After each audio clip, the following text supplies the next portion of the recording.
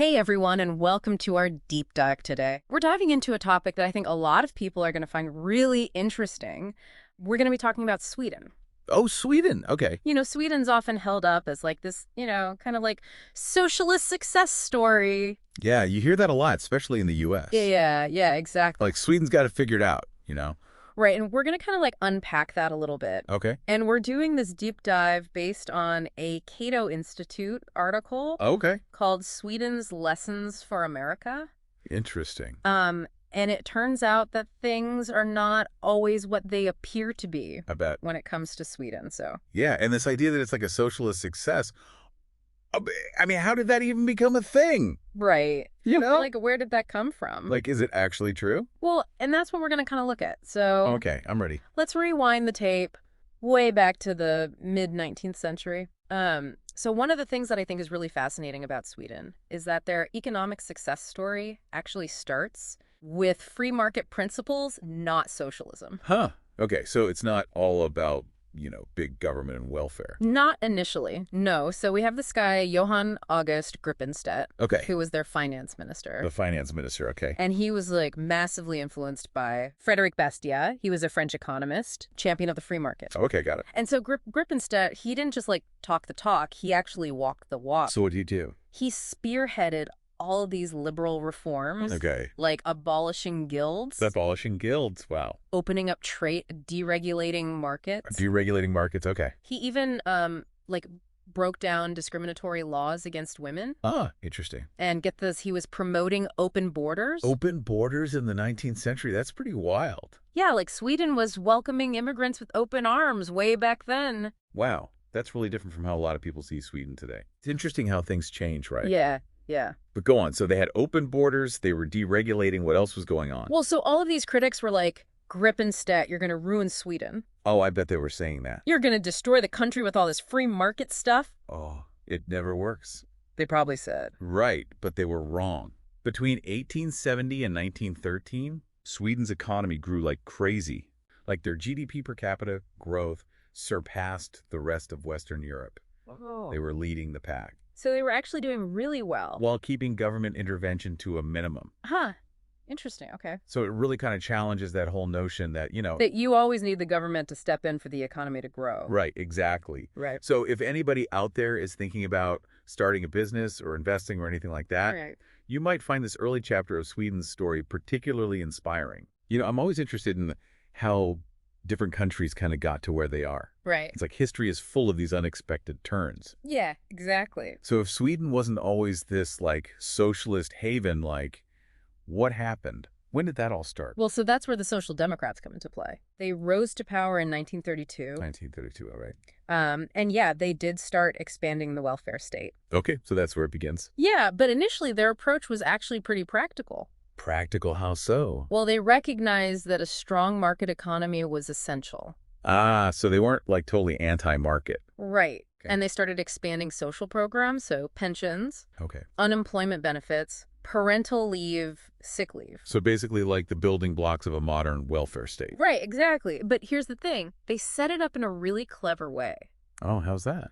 Well, benefits were linked to how much you contributed. Ah, I see. So the more you put in, the more you get out. Exactly. It wasn't about handouts. Not just freebies for everyone. Right. It was about creating a system where everyone had a stake and contributed. Okay, I get it. So it's like an incentive to work and contribute. Exactly. And this design actually made it appealing even to the middle class. Because they saw it as fair. Yeah. It wasn't just about taking from the rich and giving to the poor. It was about creating a system that benefited everyone. Right. Exactly. So this period leading up to the 1960s, it seems like Sweden had found a pretty good balance They did, yeah. between a market-driven economy and a growing welfare state. Yeah, it's like the golden age. The golden age of Sweden, huh? Yeah. But then things started to change, right? Yeah, they did. So fast forward to the 1960s. Okay, the swinging 60s. Yeah, and things take a bit of a turn Oh, with this full-on socialist experiment. a socialist experiment. Okay, this should be good. Yeah, so public spending like pretty much doubled. Doubled, wow. Taxes went through the roof. Ouch, that's gotta hurt. And the government started getting much more involved in businesses. More intervention. Okay. Yeah, and the labor market. So less economic freedom overall. Right. They even tried this thing called wage earners funds. Wage earners funds, what's that? Imagine like a system where employees gradually gain ownership of companies through a special fund. So kind of like employee ownership, but on a grand scale. Yeah, exactly. It was an attempt to kind of like socialize major companies. Ah, so this is where the image of Sweden as this like socialist utopia really starts to take hold. Exactly. Yeah, and during this time, A lot of people were pointing to Sweden as the model, right, there are all these intellectuals and politicians, especially in Western the countries. poster child for democratic socialism. Yeah, and they were praising Sweden as this model for democratic socialism. But it sounds like behind the scenes things weren't quite so rosy. Not really, no, but we'll get to that in just a minute. Okay, I'm on the edge of my seat here. Yeah, so stay tuned. I can't wait to hear what happened next. Yeah, we're going to unravel the rest of this story right after the break. Sounds good. Just briefly, we want to say thank you for listening to Rambling Dan Rose Deep Dive Book Reviews. Please remember to like and subscribe to support our channel. Thank you. Okay, so last time we left off with Sweden, kind of in the midst of this big socialist experiment. Oh, right, they were really going for it. Yeah, and we were about to find out what happened when those good intentions kind of collided with reality. Yeah, so let's pick up the story there. All right, so the 1990s hit, and Sweden gets slammed by this economic crisis. Oh, what happened? Well, unemployment went way up. Their budget deficit was out of control, and it got so bad that at one point their central bank had to raise interest rates to 500%. 500%. 500%. 500% just to try and like stabilize their currency. That's insane. It was a mess. I mean, it sounds like they were on the verge of like a total economic meltdown. It was a major wake-up call for sure. And it's interesting because it wasn't just the right-wing party saying, hey, we need to change things. Even the Social Democrats, who had basically built up this welfare state, had to admit that things had gone too far. Wow. So what did they do? Did they just like make some small tweaks or did they like completely overhaul the system? It was like this counter-revolution. You know, they cut government spending, lowered taxes, got rid of things like wealth taxes, property taxes, gift taxes, inheritance taxes. Wait, hold on. They abolished wealth taxes. I thought Sweden was all about taxing the rich to fund their welfare programs. Yeah, that was the idea. Yeah. But it wasn't really working out the way they planned. They still had a welfare state to pay for, but they needed a new approach. So what did they do? Well, they started privatizing state-owned companies, they deregulated markets, and get this, they even joined the European Union. So they went from this socialist experiment to like embracing free trade and globalization. Yeah, pretty much. It was a pretty dramatic turnaround. I'm curious, was there a lot of like political fighting over these changes, or did the Swedish people generally agree that something had to change? You know what's really interesting is that there was a surprising amount of agreement across party lines. Really? Both the left and the right kind of realized that the socialist experiment had gone too far. Wow, it's amazing that they were able to come together like that. Yeah, you don't see that kind of political unity very often these days. So tell me more about these reforms. Like, what did they actually do to change those famous social programs that Sweden is known for? Well, they did some interesting things. For example, they introduced school vouchers. So parents had more choices when it came to their kids' education. Okay, so more freedom in education. Exactly. And they also reformed their pension system. Instead of having the government guarantee your pension, they switched to a system that's more like a 401k in the U.S. So your pension depends on how well your investments do.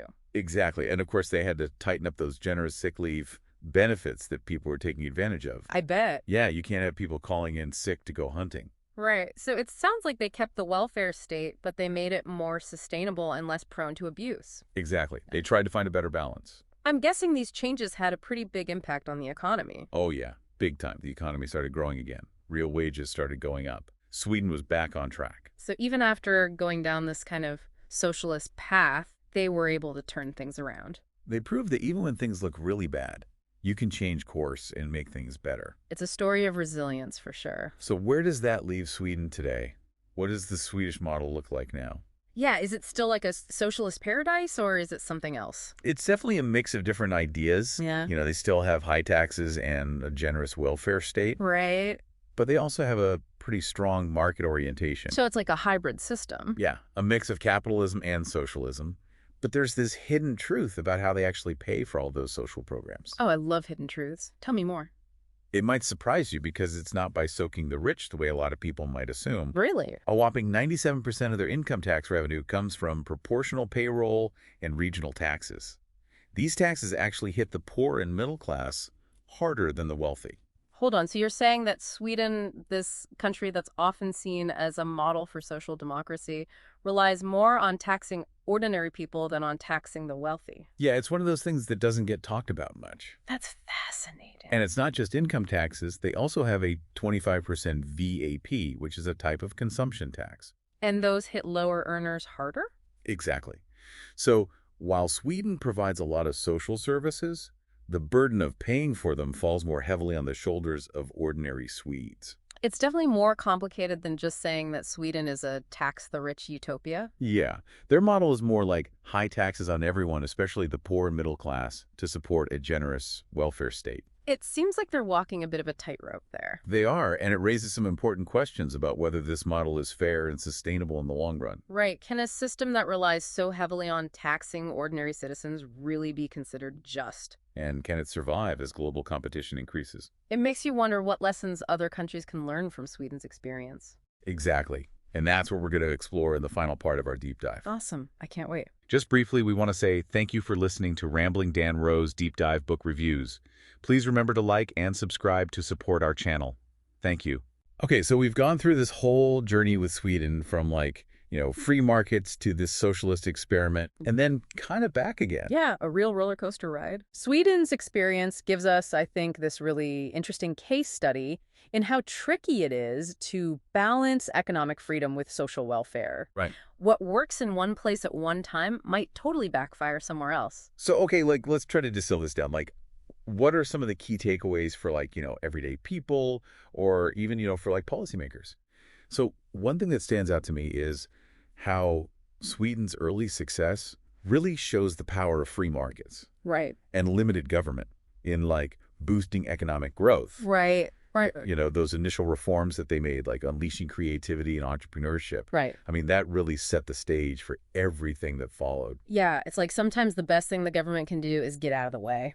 Yeah, exactly. Step back and let people do their thing. Right. But then on the flip side, we've got the socialist experiment of the 60s and 70s. Right. And that's like a cautionary tale about the dangers of too much government intervention. Right. Like when you start taxing and regulating everything. Exactly. You can stifle innovation. Right. Discourage investment, and even drive talent and capital out of the country. And it's interesting too how you try to engineer this perfect society. Right. But it ends up kind of backfiring and even demotivating for people. And we can't forget about those unintended consequences, right? Like policies that sound good in theory.